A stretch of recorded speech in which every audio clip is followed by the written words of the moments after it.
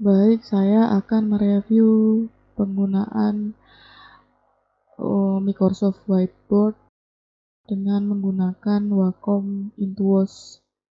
Jadi seperti kuliah ya ini ya. Kita ibaratnya whiteboard, papan tulis tapi papan tulisnya ada di laptop gitu.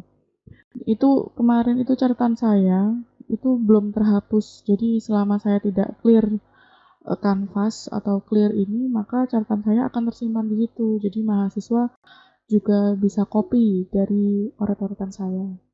Nah, ini ada beberapa fitur ya. Ada pensil, kemudian ada penghapus, ada stabilo, kemudian ada penggaris. Ini contoh untuk menggunakan penggaris yang memang agak ribet kalau kita menggunakan penggaris. Kemudian eh, di whiteboard ini kita bisa zoom in dan zoom out. Jadi tulisannya bisa kita besarkan atau kita kecilkan gitu.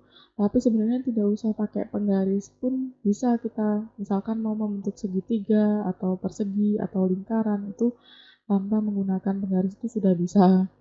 Nah, asalkan apa garisnya itu tidak terputus. Nah, jadi kalau garisnya tidak terputus maka dia akan membentuk segitiga yang rapi gitu, misalkan seperti itu. Nah, ini misalkan kotak ini kotak, kemudian lingkaran agak susah kalau saya. Nah,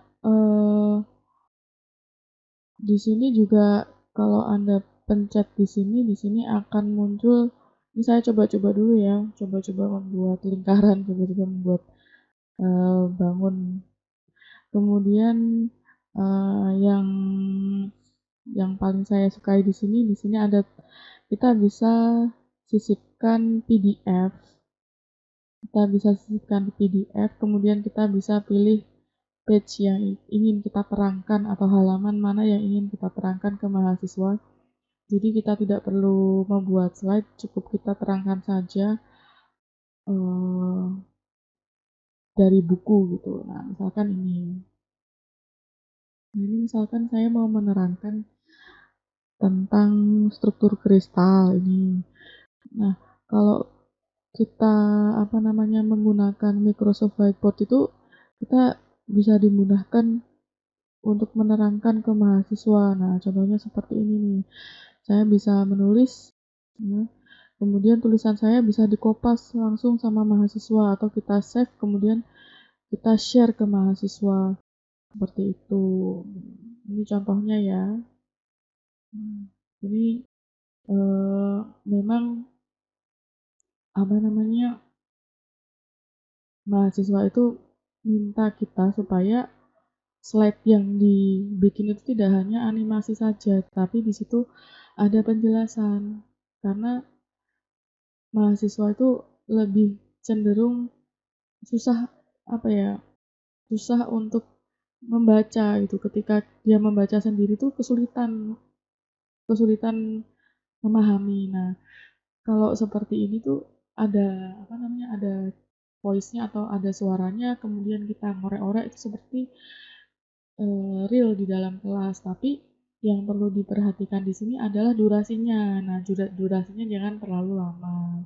Jadi yang kita terangkan itu yang penting-penting saja, misalkan bagian yang ada perhitungan, kemudian yang bagian sekiranya mahasiswa bisa membaca sendiri, mungkin diterangkan di dalam slide seperti itu. Nah, ini misalkan slide yang saya bikin tuh seperti ini.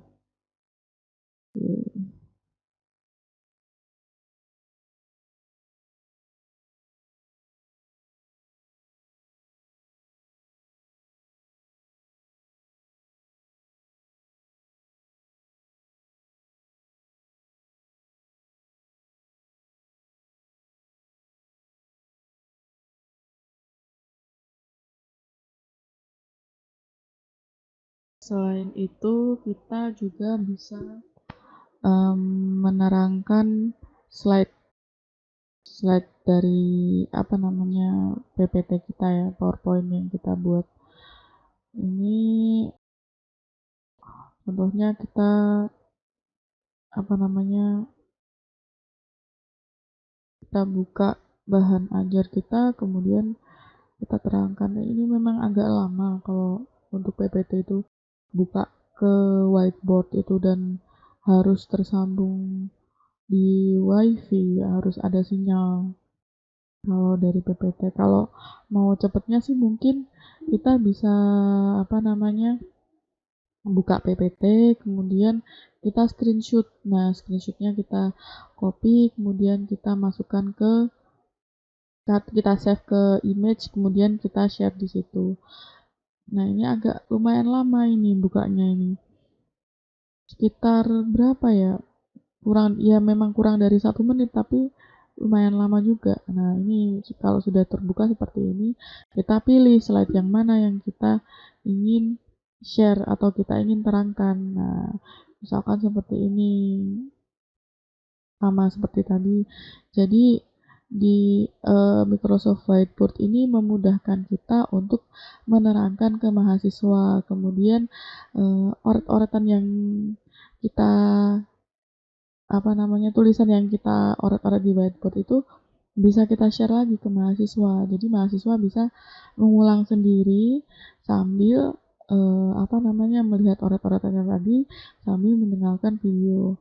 Tapi saran saya videonya jangan terlalu lama gitu. Jadi atau kita bisa nambahkan background agar mahasiswa tidak bosan mendengarkan video kita.